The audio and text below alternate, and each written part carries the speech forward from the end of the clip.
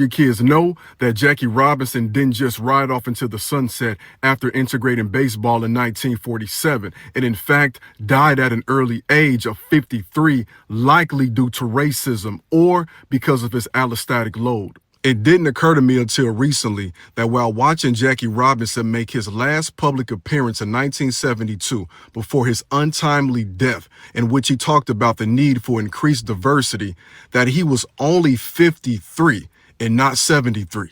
See, we talk about what Jackie did and we celebrate Jackie, and we should, but we often make it seem as if Jackie integrated baseball and things slowly got better. And in fact, they didn't. And in fact, Jackie Robinson was fighting the same issues towards the end of his life that he was fighting in 1947, 20-something years priorly. Jackie had been dealing with the deleterious compound effect and impact of racism since he was a child in Georgia, and that was only exacerbated by him integrating baseball himself in 1947. I mean, let's talk about it, y'all. Jackie had to get metal plates sewn into his cap to protect him against beanballs or fastballs up to 90 miles per hour being intentionally thrown at his head while playing baseball. Jackie was constantly berated with the N-word on a regular basis while playing baseball, and was subjected to subhuman treatment that no human being should have to stand for, and he was expected to take it and be peaceful and nonviolent. Now, what impact was that having on his health? Well, Jackie Robinson was diagnosed with diabetes at the age of 33 while still playing professional baseball, while still also being a world-class athlete. And while playing in this racially hostile environment consistently, he frequently struggled with his weight, as well as pain in his knees and ankles.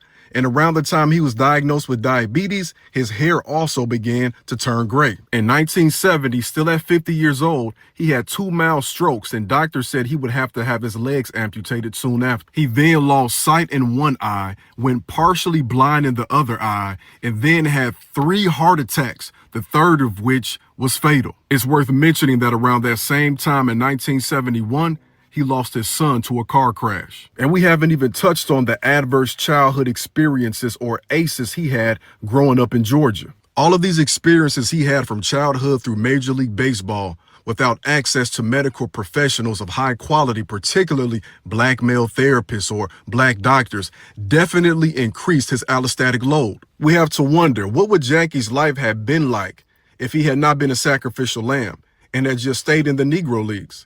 What would Jackie's life have been like if he had a more supportive community in the major leagues when he did this? And I would be remiss if I didn't mention that this all exists under the context of black men having one of the lowest life expectancies then and now.